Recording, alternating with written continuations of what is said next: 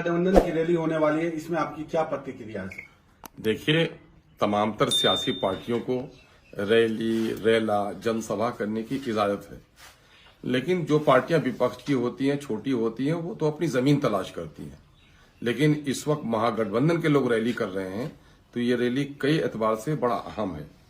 अब देखने की जरूरत यह है कि महागठबंधन में वो घटक भी शामिल है जो लालू जी का घटक है, यानी कि राजद शामिल है, और तेजस्वी साहब जो इस वक्त डिप्टी चीफ मिनिस्टर हैं, मुमकिन है कि वो सीमांचल में आकर बड़ा ऐलान करें तो सीमांचल के लोगों के लिए बड़ी खुशखबरी होगी।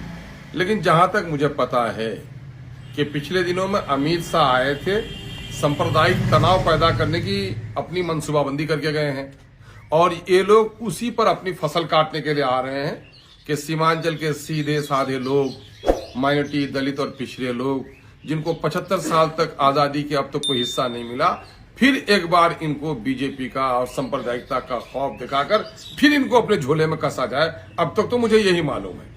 लेकिन मैं बताना चाहता हूं कि तेजस्वी जी को याद होगा कि 2020 के असेंबली इलेक्शन में उन्होंने ठाकुरगंज में कहा था, उन्होंने सीमांचल में कई जगहों कहा था कि मेरी सरकार अगर बन गई तो हम सीमांचल डेवलपमेंट कमीशन बनाएंगे, सीमांचल को विशेष पैकेज देंगे, बिरयानी वाले भाई साहब को चाय बागान घुमा दीजिए, मेहमान नवाजी करा दीजिए, लेकिन वोट हमको दीजिए।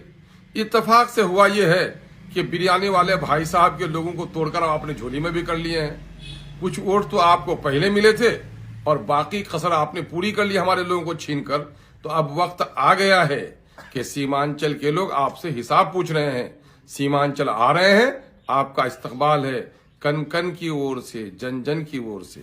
लेकिन शोषित, पीड़ित और ठगी हुई जनता ये आवाज भी लगा रही है कि अपने वादे को वफा कीजिए, सीमांचल डेवलपमेंट काउंसिल का ऐलान कीजिए, सीमांचल के लिए विशेष पैकेज का ऐलान कीजिए, राघोपुर और छपड़ा को जोड़ने वाली गंगा पर 6000 करोड़ से बनने वाले दोनों पुलों के बराबर कम से कम 6000 करोड़ देकर महानंदा, मेची, कनकई, डोक, परमान पर पुलों का ऐलान कीजिए। अगर आप चाहते हैं कि सीमांचल के लोग आपके पास आए, हमें सत्ता से मोहब्बत नहीं है, हम सीमांचल के लोगों के दुख और दर्द की दवा चाहते हैं। माननीय मुख्यमंत्री जी भी आ रहे हैं जो कह रहे हैं कि न्याय के साथ विकास, तो न्याय कीजिए।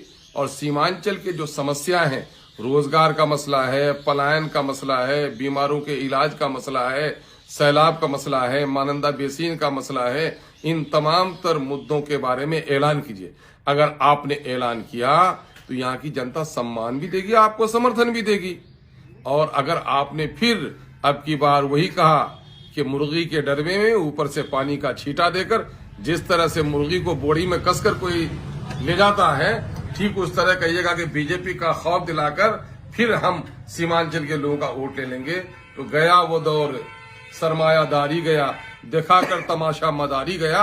अब मदारी का तमाशा बार बार चलने वाला नहीं है।